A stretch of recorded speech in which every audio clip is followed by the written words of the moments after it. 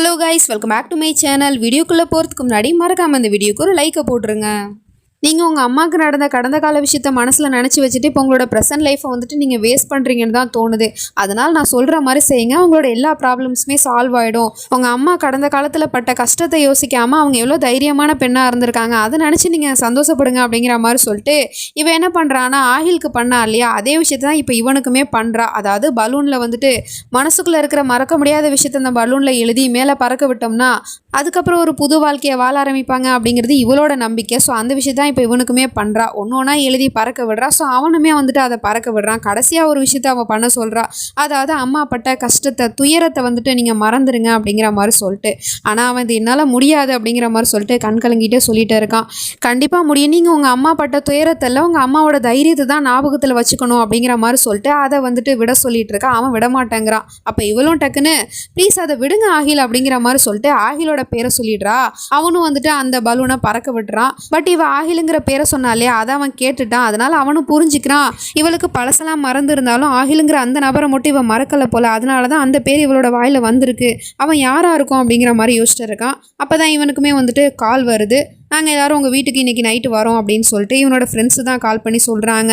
நான் இந்த நாளை மறந்தே போயிட்டேன், ஞாபகப்படுத்தினதுக்கு ரொம்ப தேங்க்ஸ். சரி வாங்க வீட்டுக்கு வாங்க, நான் எல்லாத்தையும் அரேஞ்ச்மெண்ட் பண்ணி வைக்கிறேன் அப்படிங்கிற மாதிரி சொல்லிட்டு ஃபோனை கட் பண்ணிடுறான். அதுக்கப்புறம் நம்ம சனமும் கேட்குறா, என்ன விசேஷம், யார் வரா அப்படின்னு கேட்டால் இவனோட அம்மாவுக்கு வந்து ஒரு ஆசை இருந்துச்சு இல்லையா, அதாவது கவிதை எழுதணும் அப்படின்னு சொல்லிட்டு அது வந்து நிறைவேறாமே போயிடுச்சு. ஸோ அதனால் யாருமே தான் திறமையை வெளிப்படுத்தக்கூடாது, தான் மனசில் இருக்கிற ஃபீலிங்ஸை வெளிப்படுத்தக்கூடாது அப்படிங்கிறதெல்லாம் இல்லை. ஸோ அதனால் ஒரு நாள் அவங்க ஃபிக்ஸ் பண்ணி அந்த ஒரு நாள் எல்லாரையும் கூப்பிட்டு வீட்டில் அவங்களோட ஃபீலிங்ஸை வந்து வெளிப்படுத்துறதுக்காக எல்லாரும் வீட்டுக்கு வந்து மனசு விட்டு பேசுவாங்க போல். ஸோ அந்த நாள் தான் இது அப்படிங்கிற மாதிரி சொன்னதும் இது ரொம்ப நல்ல விஷயமாச்சே, பரவாயில்லையே உங்கள் அம்மா இவ்வளோ பெரிய விஷயம்லாம் பண்ணியிருக்காங்க, அப்புறம் நீங்கள் நல்ல விஷயத்தை மட்டும் யோசிங்க அப்படிங்கிற மாதிரி சொல்லிட்டு அதுக்கப்புறம் அந்த அரேஞ்ச்மெண்ட்ஸ்லாம் பண்ணுறதுக்காக அவள் போயிடுறா.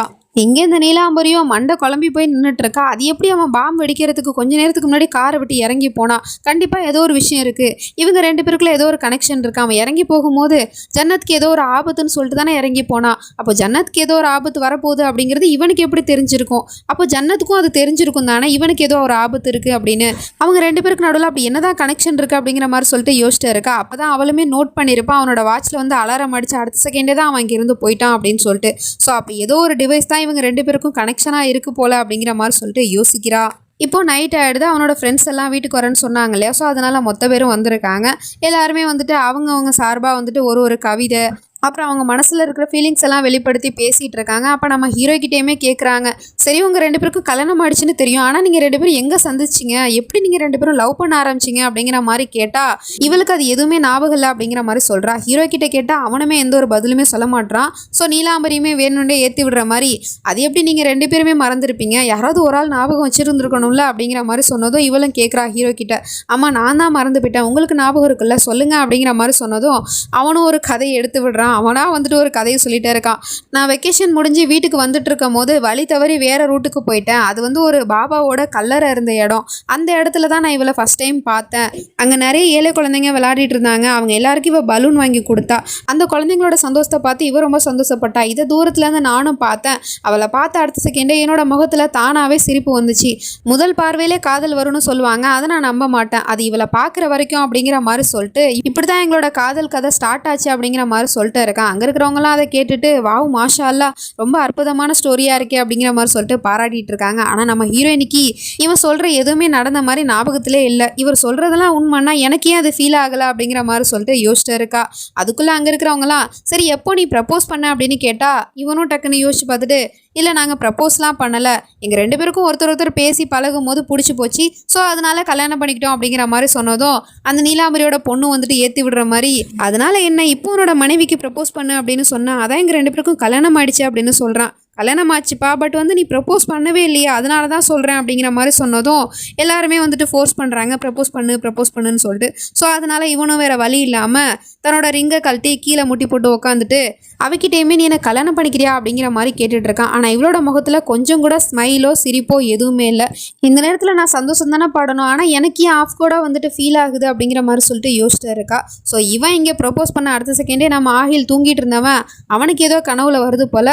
ஸோ அதனால் நோ சனம் அப்படிங்கிற மாதிரி சொல்லிட்டு புலம்ப ஆரம்பிச்சிடுறான். இங்கே இவளுமே வந்துட்டு என்ன பதில் சொல்கிறதுன்னு தெரியாமல் கையை நீட்டாமல் அப்படியே நின்றுட்டு இருக்கா. அப்போ அந்த நீலாம்பரியோட பொண்ணு வந்துட்டு, என்ன எதுக்காக நீ வேடிக்கை பார்த்துட்டு இருக்க, கையை நீட்டு, அவன் தான் ப்ரப்போஸ் பண்ணுறான்ல அப்படிங்கிற மாதிரி சொல்லிட்டு கையை பிடிச்சி நீட்டிகிட்டு இருக்கா. அவனுமே வந்துட்டு ரிங்கை போட போகிறான். அவனுக்கு வந்துட்டு இவன் மேலே லைட்டாக வந்துட்டு காதல் வர ஆரம்பிச்சிருச்சு. ஸோ அதனால் அவன் காதலோடு தான் அந்த ரிங்கை வந்துட்டு போட ஆரம்பிக்கிறான். ஆனால் நம்ம ஹீரோயினுக்கு மனசு ஏற்றுக்க மாட்டேங்குது. இந்த பக்கம் ஆகில் வேற வேணா நீ அப்படி பண்ணக்கூடாது அப்படிங்கிற மாதிரி சொல்லிட்டு அவன் வேற புலம்பிகிட்டு இருக்கான். இந்த பக்கம் நீலாம்பரியோட பொண்ணு சனமோட கையை பிடிச்சிட்டு இருந்தாலே அப்பாவை கையில் போட்டிருக்க வாட்சை வந்து பார்த்துடுறா. இதே வாட்ச் தான் சாதோட கையிலையுமே இருந்துச்சு. அப்போ இதுதான் அந்த டிவைஸா அப்படிங்கிற மாதிரி சொல்லிட்டு இவ டக்குன்னு அந்த பட்டனை வந்து ப்ரெஸ் பண்ணி விட்டுறா.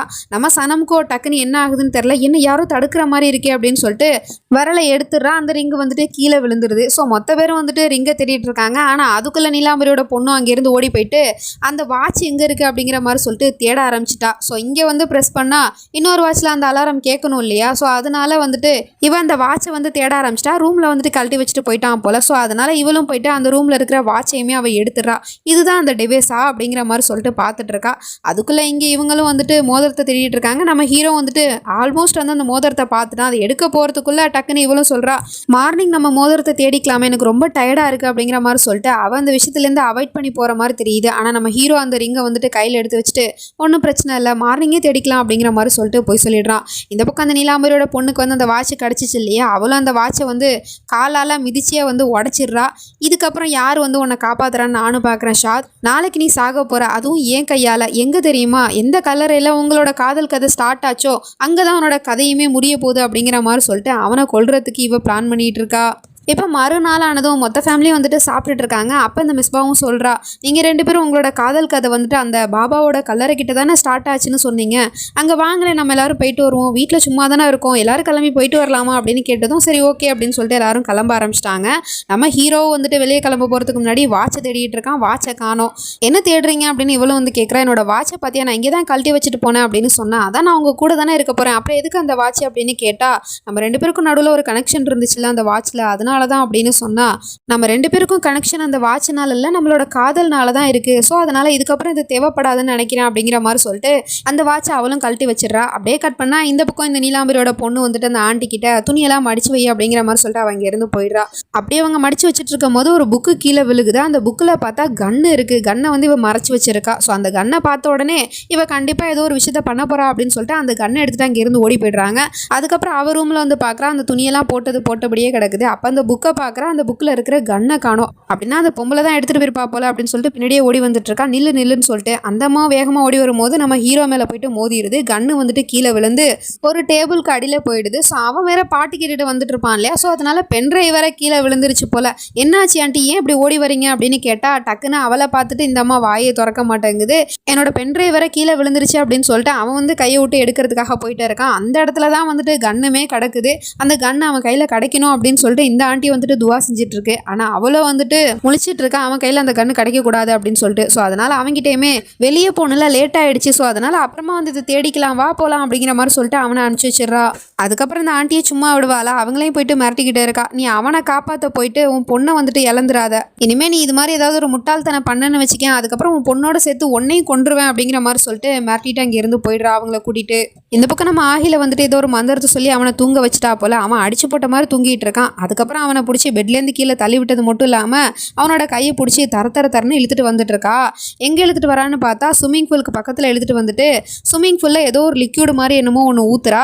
அதுக்கப்புறம் அவனை பிடிச்சி தண்ணிக்குள்ளே தள்ளி விட்டுறா. அப்போ அவன் நிதானமே இல்லாமல் தான் தூங்கிட்டு இருக்கான். அந்த அங்கிளும் வந்துட்டு பயப்படுறாரு. இவன் என்ன எந்த ரியாக்ஷனுமே இல்லாமல் இருக்கான், இவனுக்கு ஏதாவது ஆயிட போகுது அப்படின்னு சொல்லிட்டு அங்கிள் காப்பாற்ற போனால் அவரை ஸ்டாப் பண்ணிட்டு சொல்கிறா, இருங்க இவன் இன்னும் கொஞ்சம் நேரம் தண்ணியில் தான் இருக்கணும், அப்போ தான் இவன் எனக்கு முழுசாக சொந்தமாகுவான் அப்படின்னு சொல்லிட்டு ஏதோ ஒரு மந்திரத்தை சொல்லிட்டு இவன் வந்துட்டு 1 2 3ன்னு சொல்லிட்டு எண்ண ஆரம்பிச்சிடுறா. கரெக்டாக 10 எண்ணிட்டா. இப்போ போய் காப்பாற்றுங்க அப்படின்னு சொன்னால் அப்போ வந்து கரெக்டாக காலிங் பில் அடிக்கிற சவுண்டு கேட்குது. யாரோ வந்துட்டாங்க அப்படின்னு சொல்லிட்டு பதறாங்க. டக்குன்னு அந்த அங்கிளை பிடிச்சி தண்ணியில் தள்ளி விட்டு அவனை தூக்கு அப்படின்னு சொன்னதும் அவரும் ஒரு வழியாக ஆகில காப்பாற்றி மேலே கூட்டிகிட்டு வந்துட்டு அதுக்கப்புறமா இவர் போயிட்டு டோரை ஓப்பன் பண்ணுறாரு. பார்த்தா தங்கச்சிக்காரி தான் வந்துட்டு இருக்கா. அவள் பார்க்கும்போது இந்த அங்கிள் வந்துட்டு ஃபுல்லாக நனைஞ்சிருக்காரு. என்ன பண்ணிட்டு இருக்கீங்க, இவ்வளோ நேரம் கதவு திறக்காமல் என்ன பண்ணீங்க அப்படின்னு கேட்டால் தூங்குனேன்னு சொல்கிறாரு. ஆனால் இவர் உடம்பு ஃபுல்லாக நனைஞ்சிருக்கு. ஸோ இவளுக்கு டவுட் வந்துருச்சு. ஆகிலனா அப்படின்னு சொல்லிட்டு கத்திக்கிட்டே வீட்டுக்குள்ளே வந்துட்டு இருக்கா. ஸ்விம்மிங் பூலுக்கு பக்கத்தில் பார்த்தா தண்ணியாக இருக்குது. அப்படின்னா கண்டிப்பாக ஆகிலனாக்கு ஏதோ ஆயிடுச்சு அப்படின்னு சொல்லிட்டு இவ அண்ணா அப்படின்னு சொல்லிட்டு கூப்பிட்டு போக போனால் டக்குன்னு அவளோ ஸ்டாப் பண்ணிட்டு உன்னோட அண்ணாக்கு எதுவும் ஆகலை, அவன் நல்லா தான் இருக்கான் அப்படிங்கிற மாதிரி சொல்லிட்டு ஸ்டாப் பண்ணுறா. இருந்தாலும் இவ அண்ணனை போய் பார்க்கறதுக்காக போனா அவன் என்னடானா சனம்னு சொல்லிட்டு புலம்பிட்டு இருக்கான். சனம் இங்கே இல்லைண்ணா அப்படின்னு சொன்னா அப்போ கரெக்டாக அந்த புது பொண்ணு சனம், அதாவது அந்த சூனியக்காரி வந்து நின்றுட்டு இருக்கா. அவளை பார்த்த உடனே இவன் டக்குன்னு, சனம் நீ வந்துட்டியா, உன்னை நான் எங்கெல்லாம் தேடினேன் தெரியுமா, நீ இவ்வளோ நாளாக என்னை விட்டு எங்கே போயிருந்த அப்படிங்கிற மாதிரி சொல்லிட்டு இவளை போயிட்டு சனம்னு நினச்சிக்கிட்டு அவகிட்ட ரொம்ப பாசமாக பேசிகிட்டு இருக்கான். நம்ம தங்கச்சிக்காரிக்கே ஒன்றும் புரியலை என்ன நடக்குது. அண்ணா இவ சனம் இல்லை அப்படின்னு சொன்னா என்ன பேசிகிட்டு இருக்க, ரொம்ப நாள் கழிச்சு என்னோட சனம் என்னை பார்க்கறதுக்காக வந்திருக்கா. சனம் நீ என்னை விட்டு எங்கேயுமே போகக்கூடாது, ப்ளீஸ் நீ என் கூடவே இரு, என்னை விட்டு எங்கேயும் போயிடாத அப்படிங்கிற மாதிரி சொன்னதும், அகில் நான் எங்கேயுமே போக மாட்டேன், உங்க கூட தான் இருப்பேன், நீங்கள் படுத்து தூங்குங்க அப்படிங்கிற மாதிரி சொல்லிட்டு அவனை தூங்க வச்சிட்டு இருக்கான். நம்ம அகிலுக்கு என்ன ஆச்சுன்னு தெரியல, அவள் போட்டால் மந்திரம் தான் வேலை செய்யுதுன்னு நினைக்கிறேன். இந்த பக்கம் அந்த கல்லறைக்குமே மொத்த ஃபேமிலியுமே வந்துட்டாங்க. பட் படி ஏறி மேலே போகணும் அப்படிங்கிறதுக்காக காரில் நாங்கள் 2 பேரும் வெயிட் பண்ணுறோம், நீங்கள் 3 பேர் மட்டும் போயிட்டு வாங்க அப்படின்னு சொல்லிட்டு அவங்க 3 பேர் மட்டும் அனுப்பிச்சி வச்சா நம்ம ஹீரோ ஹீரோயினி 2 பேருமே சேர்ந்து அந்த கல்லறையெல்லாம் க்ளீன் பண்ணிவிட்டு அதுக்கப்புறம் அந்த கல்லறை மேலே பூவெல்லாம் வச்சிட்டு இருக்காங்க. அப்போ தூரத்துலேருந்து இந்த சூனியக்காரையும் வந்துட்டு அந்த புக்கையும் கையோடு எடுத்துகிட்டு வந்திருப்பா போல் சாதை கொல்றதுக்காக. இன்றைக்கி உன்னோட கதை முடிய போகுது, உன்னை என்கிட்ட இந்த யார் தான் காப்பாற்றுவான்னு நானும் பார்க்குறேன் அப்படிங்கிற மாதிரி சொல்லிட்டு பார்த்துட்ருக்கா. இதுக்கப்புறம் என்ன நடக்க போகுது அப்படிங்கிறதெல்லாம் நம்ம நெக்ஸ்ட் பார்ட்டில் தான் பார்த்து தெரிஞ்சுக்கணும். அது வரைக்கும் பை ஃப்ரெண்ட்ஸ்.